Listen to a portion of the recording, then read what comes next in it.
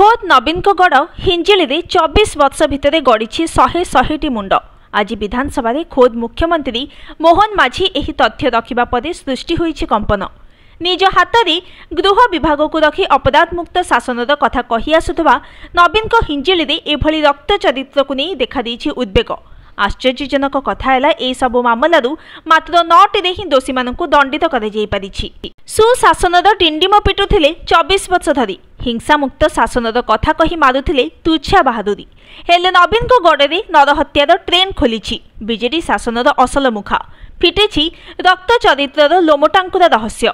24 वर्ष भितर नवीन निर्वाचन मंडली हिंजिली गड़ी 100 जनकर मुंड। आज गृह एभली उद्वेगजनक तथ्य उपस्थापन करिसेंती मुख्यमंत्री मोहन माझी। लिखित उत्तर में दर्शाई 24 वर्ष भितर हिंजिली 100 हत्याकांड होइतिबा बेले मोट 328 हत्याकारी धरा जाइछि। हेले सेही 100 मामलू मात्र 9 दोषी को दंडित कर 22 मामलें दोषमुक्त होइछंती। 69 मामला रही विचाराधीन। केवल एतिकी नुहे नवीन निज जिला गंजाम धरपगड़ बेले पुलिस उपरकू 37 मामलें गुली चलाई अपराधी।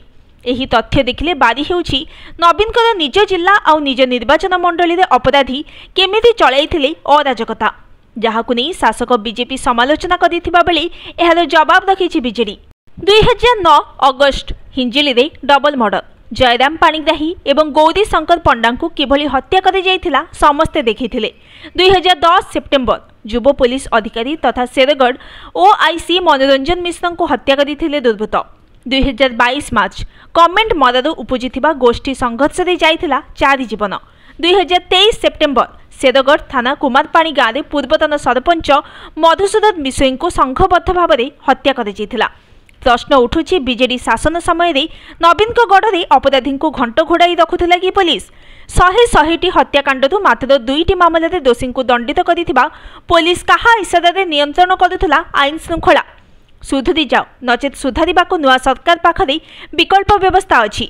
विधानसभा गृह भितर अपराधी को एभली चेतावनी देवा सहित राज्य में आईन श्रृंखला व्यवस्था सुधार पाई कड़ा चेतावनी शुणाइथिले मुख्यमंत्री। एबे अपेक्षा अपराध आउ अपराधी गतिविधि उपरे केते शीघ्र नियंत्रण आनिबारे सफल हेउछि नुआ सरकार। Bureau report news today.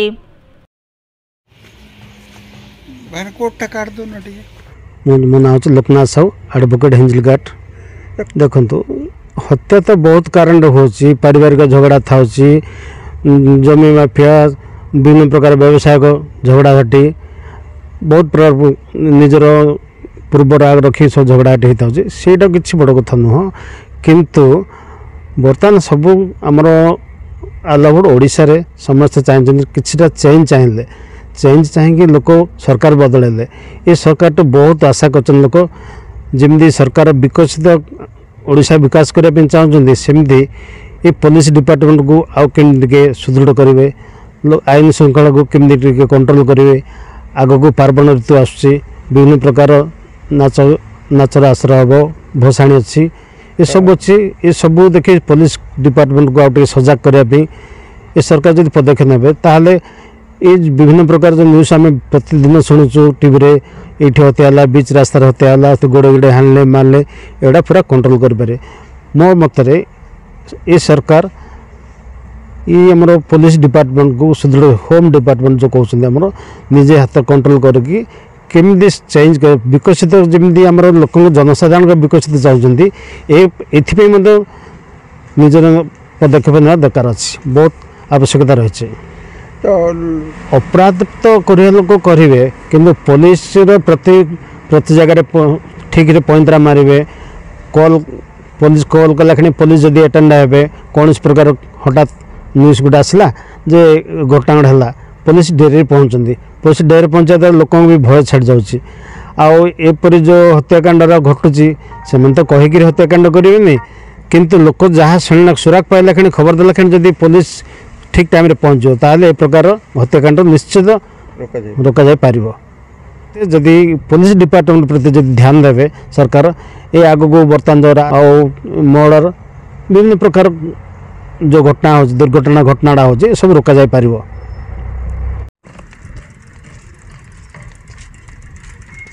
Nirmal Kumar Sahu आईनजीवी।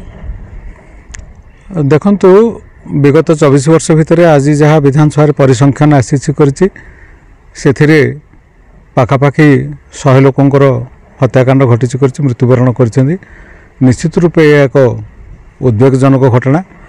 ହତ୍ୟାକାଣ୍ଡ ବିଭିନ୍ନ କାରଣକୁ ଘଟିଥାଏ, ଯଥା ବହୁ କ୍ଷେତ୍ରରେ ଯୌତୁକ ଜନିତ ପାରିବାରିକ ହିଂସା, ଆଉ କେତେକ କ୍ଷେତ୍ରରେ ରହୁଛି ରାଜନୈତିକ ଶତ୍ରୁତା, ଆଉ କେତେକ କ୍ଷେତ୍ରରେ ରହୁଛି ମଦ ମାଫିଆ, ବାଲି ମାଫିଆ ଏବଂ ଜମି ହଡ଼ପକାରୀମାନେ ସେମାନଙ୍କର ରାଜନୈତିକ ଛତ୍ରଛାୟା ତଳେ ରହି ହତ୍ୟାକାଣ୍ଡ ଘଟାନ୍ତି ଏବଂ ପୋଲିସ ପ୍ରଶାସନର ବି ସେଥିରେ ଶିଥିଳତା ପ୍ରକାଶ ପାଇବାରୁ ଯାହା ପରିସଂଖ୍ୟାନ ଆସିଛି କରିଛି ହତ୍ୟାକାଣ୍ଡରୁ ବି ଫିଟିଯିବାର ବହୁ ନଜର ରହୁଛି କରୁଛି।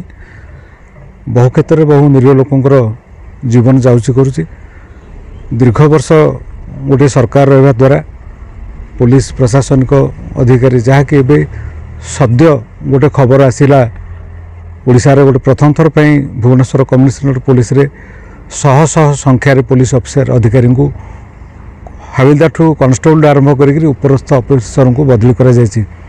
ଏହି କ୍ଷେତ୍ରରେ ବି ଆମେ ଦେଖିବା ହେଲେ ବହୁ କ୍ଷେତ୍ରରେ ବହୁ ପୋଲିସ ଅଧିକାରୀ ଏଇ ଥାନା ସେଇ ଥାନା ଭିତରେ ବର୍ଷ ବର୍ଷ ସଂଖ୍ୟା ରହି ସେମାନଙ୍କର ଅପରାଧୀମାନଙ୍କ ସହିତ ବି ସମ୍ପର୍କ ରହିଥିବାର ବି ବହୁ ନଜିର ଆସିଛି କରିଛି। ବହୁ ପୋଲିସ ଅଫିସର ବି ଛୋଟିଆ କର୍ମଚାରୀ ବି ଅପରାଧିକ ପୃଷ୍ଠଭୂମିରେ ଧରା ପଡ଼ିବାର ନଜିର ରହିଛି କରିଛି। ଏହା ଏକ ଚିନ୍ତାର ବିଷୟ। ଲୋକେ ସବୁବେଳେ ଶାନ୍ତିରେ ରହିବାକୁ ଚାହୁଁଛନ୍ତି ଏବଂ ଲୋକଙ୍କୁ ଶାନ୍ତି ଏବଂ ସୁରକ୍ଷା ଦେବା ହେଉଛି ପୋଲିସ ପ୍ରଶାସନର କର୍ତ୍ତବ୍ୟ। କିନ୍ତୁ ବିଗତ ବର୍ଷ ଗୁଡ଼ିକରେ ପୋଲିସ ପ୍ରଶାସନ ରାଜନୈତିକ ତଥା ଉପରସ୍ଥ ପ୍ରଶାସନିକ ଅଧିକାରୀଙ୍କର ଅଧ୍ୟସ୍ତନ କର୍ମଚାରୀ ରୂପେ ସେମାନଙ୍କର କଥା ମାନିକରି ବହୁ ଘଟଣାକୁ ବି ଚାପି ଦିଆଯାଇଛି। ଲୋକେ ଦୀର୍ଘ ବର୍ଷ ପରେ ଗୋଟେ ପରିବର୍ତ୍ତନ ଆଣିଛନ୍ତି। ଲୋକଙ୍କର ଗୋଟେ ଆଶା ଆକାଂକ୍ଷା ବିଶ୍ୱାସ ରହିଛି ନୂଆ ସରକାର ଲୋକଙ୍କୁ ସୁରକ୍ଷା ଦେବ ବୋଲିକିରି। ନୂଆ ସରକାର ବି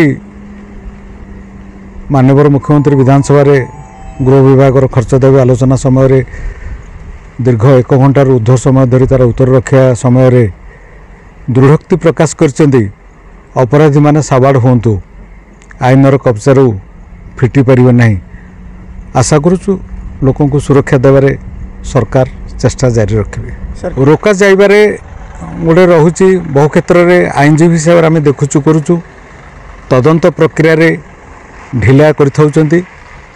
ତଦନ୍ତ ପ୍ରକ୍ରିୟା ତୁରନ୍ତ ସାରୁନାହାନ୍ତି, ଯାହାଫଳରେ ଅପରାଧୀମାନେ ଖସି ପାରୁଛନ୍ତି। ପୋଲିସ ପ୍ରଶାସନ ସଜାଗ ରହି ଅପରାଧୀକୁ ଧରିଲା ପରେ ସଠିକ୍ ସମୟ ଭିତରେ ତଦନ୍ତ ସାରି ସାକ୍ଷୀମାନଙ୍କୁ କୋର୍ଟ କଚେରୀକୁ ନିଜେ ଆଣିକରି ଇଣ୍ଟରେଷ୍ଟ ନେଇକରି କରିବେ। ଟ୍ରାଏଲ୍ ବି ତ୍ୱରିତ ବିଚାରଣା ହେଲେ ଲୋକଙ୍କର ଯେଉଁ କ୍ଷତ ଥାଉଛି, ଲୋକଙ୍କର ଯେଉଁ ଆଘାତ ଥାଉଛି, ସେମାନେ ନିଶ୍ଚିତ ରୂପେ ତାକୁ ବୟାନ ଦେବେ କରିବେ। ଦୋଷୀ ଦଣ୍ଡହାର ସଂଖ୍ୟା ବଢ଼ିଲେ ବି ଲୋକଙ୍କର ଆଇନ କାନୁନ ପ୍ରତି ଭୟ ବଢ଼ିବ କରିବ ଏବଂ ଅନ୍ୟାନ୍ୟ ଜନସାଧାରଣ ସୁରକ୍ଷିତ ରହିପାରିବେ।